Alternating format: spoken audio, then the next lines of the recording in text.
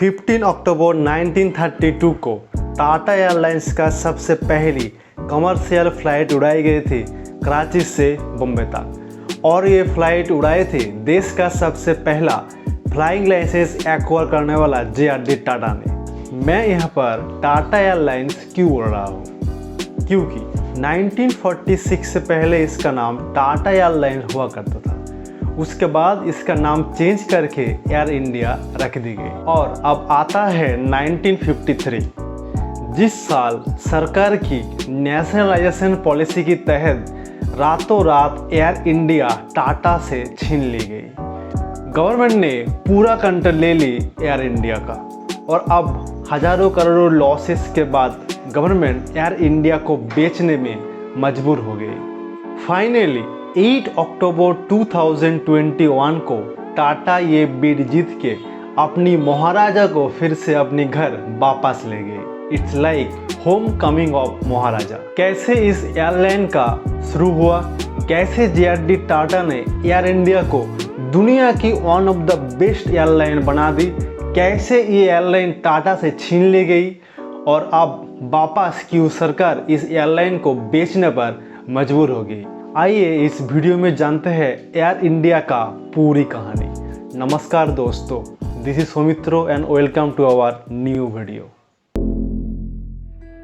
देश का एक विजनरी जे.आर.डी. टाटा का सपने थी इंडिया में सिविल एविएशन को लाया जाना। इसका मतलब एयरलाइंस को एफिशिएंट बना के आम जनता को भी आसमान में उड़ने को मौका दी जाए। लेकिन 1930 की ब्रिटिश राज में ये इतना आसान नहीं था। जे.आर.डी. टाटा काफ़ी बार ब्रिटिश सरकार को मनाने में फेल होने के बाद अब दोराबजी टाटा ने जे.आर.डी. टाटा का उत्साह देखकर उनके सपने में निवेश करने को सोचा, और अब दोनों ने मिलकर ब्रिटिश सरकार को काफ़ी ऑफर्स दी, और फाइनली काफ़ी मुशक्कत करने के बाद ब्रिटिश सरकार ने मान ही गई। वो कहते हैं ना, अगर आपने कोई चीज़ ठान ली और आप सही हो तो कोई ना कोई रास्ता निकाल ही जाता है, और इसी तरह से शुरू हुआ टाटा एयरलाइंस का।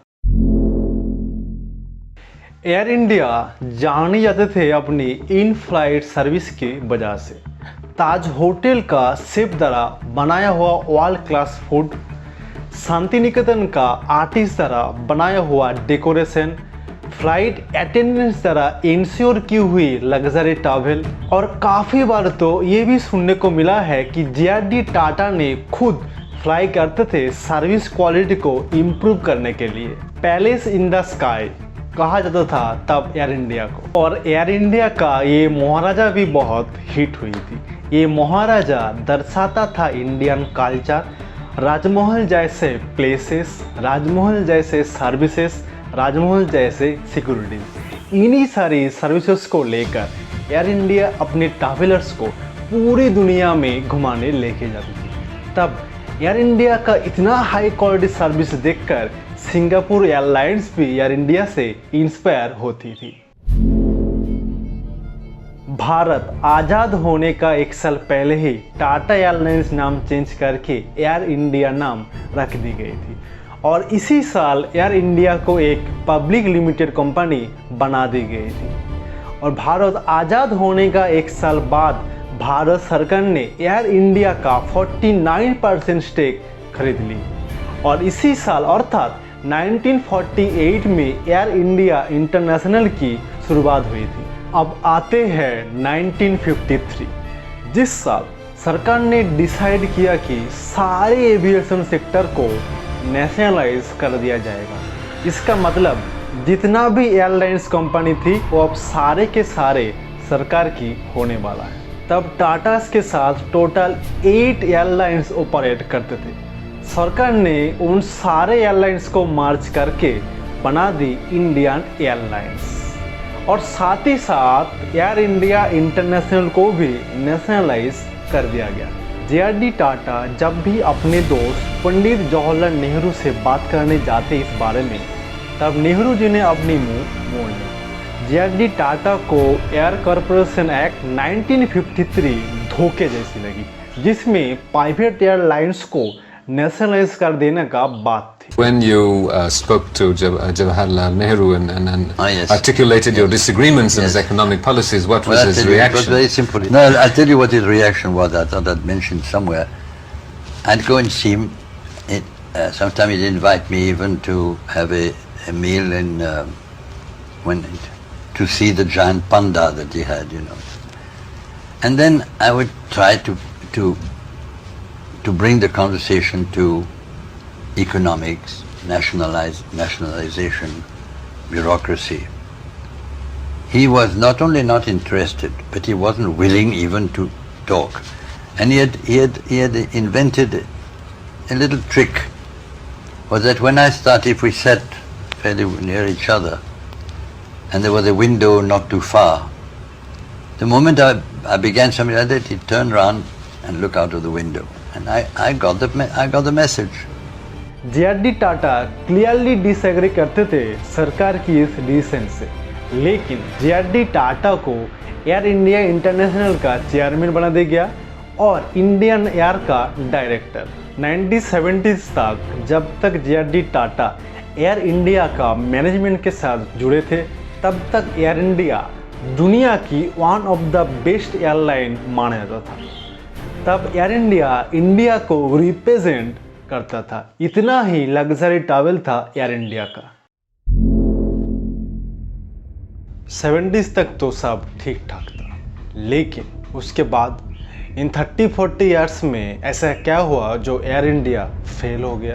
तब एयर इंडिया का वैल्यूएशन था केवल 7,000 करोड़, और आप सुन के हैरान हो गए कि 50,000 करोड़ का 111 नया प्लेन खरीदा गया था बैंक से बड़े बड़े लोन लेकर, बिना कोई प्लानिंग के कि कौन सा प्लेन खरीदा जाए, कितना प्लेन खरीदा जाए, कौन सा रूट पर प्लेन उड़ाया जाए, क्योंकि एयर इंडिया तब एक सरकारी कंपनी बन चुकी थी। तो ultimate decision making of power तो कुछ बड़े पॉलिटिशियंस और सरकारी ऑफिसरों के हाथ होते, जिन्हें ना था कोई नॉलेज, ना था कोई एक्सपीरियंस इस एविएशन सेक्टर का, और अंदर से कोई मोटिवेशन भी नहीं थी, क्योंकि हमेशा से ये कहा जाता है कि बस एक सरकारी नौकरी मिल जाए तो लाइफ सेट है, कम करो या ना करो। लेकिन प्राइवेट सेक्टर में अपने बॉस को इम्प्रेस करके हायर सैलरीज और हायर पोस्ट का कंपटीशन हमेशा से रहा है। हालांकि अब देश बदल चुका है, अब तो गवर्नमेंट सेक्टर में भी काफ़ी अच्छी खासी कंपटीशन हो रहा है अपने पोस्ट को आगे ले जाने का। मिनिस्टर्स फॉरेन ट्रिप के नाम पर अपनी फैमिलीज को घुमाने लगे, और सिर्फ मिनिस्टर ही नहीं, उनका सेक्रेटरीज और स्टाफ भी घूमने लगे। ऑब्वियसली उनका पैसा एयर इंडिया अपने खुद जेब से भर रहे थे। 1970s के बाद एयर इंडिया का मैनेजमेंट चेंज हुए, और मैनेजमेंट चेंज होने के बाद रिक्रूटमेंट प्रोसेस काफ़ी हल्का होने लगे। लोगों को हायर करने लगे बिना अच्छे स्क्रीनिंग के, जिसके वजह से एयर इंडिया का इन फ्लाइट सर्विस क्वालिटी का स्टैंडर्ड गिरने लगे, जिसके लिए एयर इंडिया जाने जाते थे। और ये भी कहा जाता था कि एयर इंडिया ने ज़रूरत से ज़्यादा क्रू मेंबर को हायर कर लिया, जिसके वजह से अननेसेसरी खर्चा होने लगा था। फिर एयर इंडिया ने सोचा कि और कुछ नए इंटरनेशनल रूट्स पर फ्लाइट ओपन अप कर देते हैं, जिससे और भी ज़्यादा पैसेंजर आएगा एयर इंडिया में बैठने के लिए। लेकिन एयर इंडिया इंटरनेशनल के लिए वो नया रूट्स भी लॉस मेकिंग निकला, क्योंकि एयर इंडिया का इन फ्लाइट सर्विस का स्टैंडर्ड गिरने के कारण लोगों दूसरे ऑप्शन की तरफ जाने लगा, और तब तक इंडियन मार्केट पर काफ़ी सारे इंटरनेशनल फ्लाइट आ चुके थे एयर इंडिया को कंपटीशन देने में। 2007 में एयर इंडिया इंटरनेशनल ने लॉसेस उठाई 542 करोड़, और इंडियन एयर ने लॉसेस उठाई 232 करोड़। और इन लॉसेस को कम करने का उद्देश्य से सरकार ने इन दोनों एयरलाइंस को मर्ज कर दी और बना दी National Aviation Corporation of India.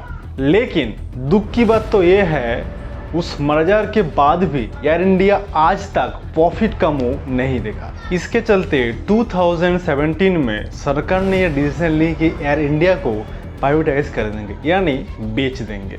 Financial year 2020 का एंड तक आते आते एयर इंडिया का लॉसेस था 70,000 करोड़, और ये लॉसेस दिन ब दिन बढ़ता ही जा रहा था और फाइनली 8 अक्टूबर 2021 को Tata on the wait for air India. ये बात खुद रतन टाटा जी ने ट्वीट करके बताया और इस डिसीजन से हम इंडियन बड़े ही खुश हैं क्योंकि एयर इंडिया फिर से एक बार अपनी ओरिजिनल ओनर के हाथों चले गए जिसे जे.आर.डी. टाटा ने बड़े प्यार से और लगन से बनाया था। ये है दुनिया का कुछ बेस्ट एयरलाइंस जिसमें आपको गवर्नमेंट कंट्रोल्स और प्राइवेट कंट्रोल्स एयरलाइंस भी मिलेगा, जैसे एमिरेट्स और इतिहाद 100% government control, Singapore airlines maximum government control और जापान एयरलाइंस और लुफ्थांसा 100% प्राइवेटली ओन। अगर आपको याद है तो मैंने पहले ही बताया था कि 1970 तक एयर इंडिया दुनिया की one of the best airline माना जाता था, जबकि 1953 में ही एयर इंडिया का कंट्रोल सरकार की हाथों थी। तो यहाँ पर मेरा मानना यह है कि ये बात सरकार वर्सेस प्राइवेट का नहीं है, ये बात है गुड मैनेजमेंट का, गुड एक्सपीरियंस का, अच्छे डिसीजंस मेकिंग का और अंदर से मोटिवेशन का भी। फ्लाइंग इंडस्ट्री का इन सारे ही नॉलेज टाटास के पास है जो एयर इंडिया को फिर से एक नया पहचान दे सकते हैं। अपने महाराजा फिर से एक बार सीना तान के उड़ेगा, इसी आशा के साथ आज का ये वीडियो खत्म करता हूँ। धन्यवाद।